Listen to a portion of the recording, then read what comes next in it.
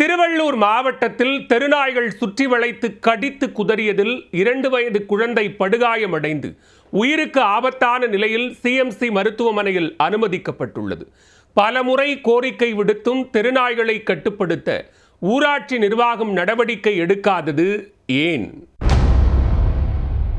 திருவள்ளூர் மாவட்டம் ஆர்கேபேட்டை அடுத்த ஸ்ரீகிருஷ்ணாபுரம் கிராமத்தைச் சேர்ந்தவர் பழனி. இவரது 2 வயது மகன் வெற்றிவேல் கடந்த திங்கட்கிழமை இரவு சுமார் 9 மணி அளவில் வீட்டிற்கு அருகே விளையாடிக் கொண்டிருந்தார்.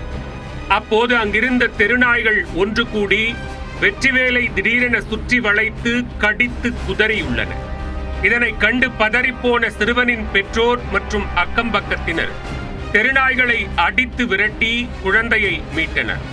படுகாயமடைந்த சிறுவனை சிகிச்சைக்காக சோளிங்கர் அரசு மருத்துவமனைக்கு கொண்டு சென்றனர்.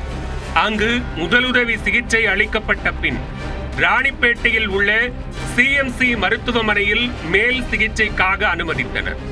தற்போது சிறுவன் தீவிர சிகிச்சை பிரிவில் உயிருக்கு ஆபத்தான நிலையில் சிகிச்சை பெற்று வருகிறார். சிகிச்சைக்கு தேவையான கட்டணத்தை கட்ட முடியாமல் சிறுவனின் குடும்பத்தினர் திணறி வருகின்றனர். முதற்கட்டமாக 5 லட்சம் ரூபாய் செலுத்த வேண்டும் என மருத்துவமனை நிர்வாகம் கூறியதால் கூலி வேலை செய்யும் பெற்றோர் செய்வதறியாது தவித்து வருகின்றனர். தமிழக அரசு தங்கள் குழந்தையின் சிகிச்சைக்கு பண உதவி செய்ய வேண்டும் என கோரிக்கையை முன்வைத்து அரசின் உதவியை எதிர்பார்த்து காத்திருக்கின்றனர் குழந்தையின் பெற்றோர். குழந்தை ஒரு 6 மணி அளவில் குழந்தை விளையாடிட்டு வந்தது சார். விளையாடி இந்த டைமில் தெருநாய்கள் கடிச்சிச்சு. வில்லேஜில் இருக்கிற எல்லாருமே பக்கத்து வீட்டுக்காரு, அக்கா, அம்மா எல்லாருமே குழந்தை பக்கத்தில் தான் இருந்திருக்காங்க. ஒரே ஒரு கொஞ்ச நேரத்தில் ஏமாந்த நேரத்தில் குழந்தை கடிச்சிட்டு குழந்தை ரொம்ப கிரிட்டிக்கலான சுச்சுவேஷனில் இருக்குது சார். பல முறை நாங்கள் கோரிக்கை வடித்தோம். யாரும் அதுக்கு எந்த ஒரு நடவடிக்கை யாரும் எடுத்ததில்லை. எடுத்திருந்தா என் குழந்தைக்கு அது மாதிரி ஆயிருக்கு போகிறதில்ல சார். 5 லட்ச ரூபாய் ஆகும்னு சொல்லியிருக்காங்க. எங்களுக்கு ஹெல்ப் பண்ணுறதுக்கு யாரும் இல்லை.